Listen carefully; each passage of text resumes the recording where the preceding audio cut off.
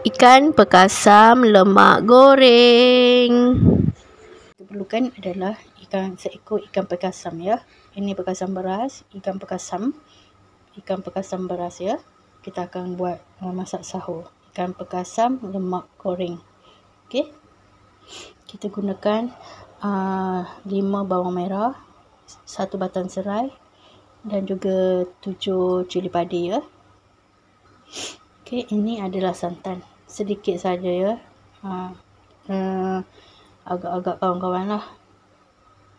Okey, kita panaskan minyak untuk goreng ikan pekasam.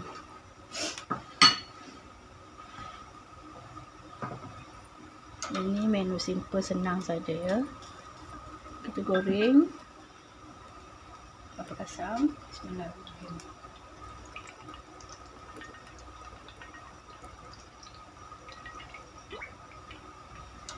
Minyak cukup-cukup untuk menggoreng lah. Okey kawan-kawan, kita goreng dulu ya. Bismillahirrahmanirrahim. Ikan pekasam.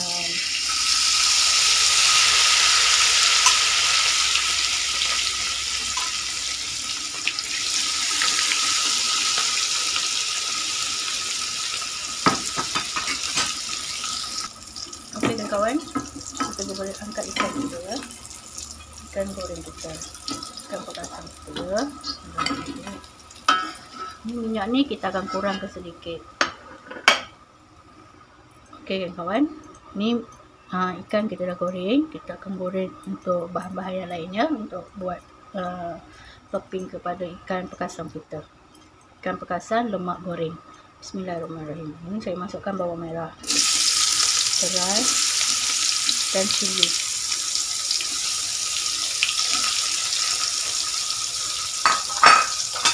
Kita akan goreng sampai layu ya.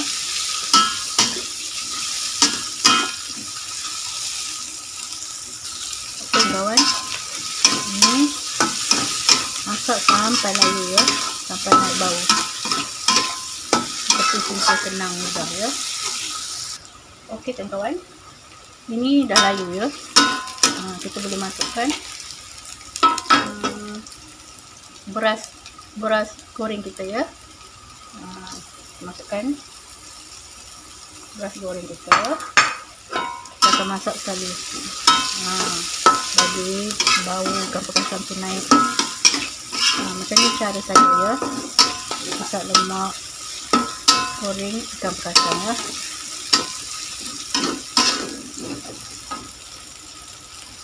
Okey kawan, ni dah layu ya, dah naik bau. Kita masukkan ikan kita,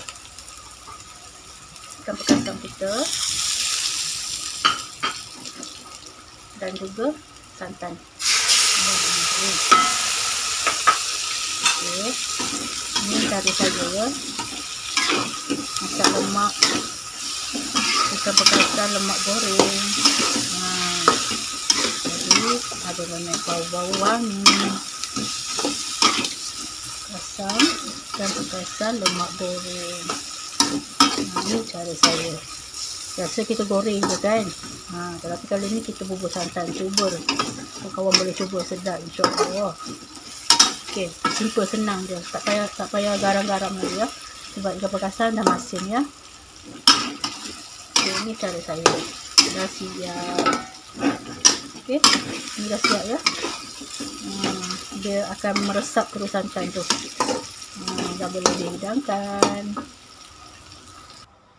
Alhamdulillah. Ini kawan-kawan, ikan pekasam lemak goreng ya. Simple, senang, mudah. Okey, kawan-kawan boleh cuba ya. Okey, jumpa lagi di next video. Bye. Assalamualaikum.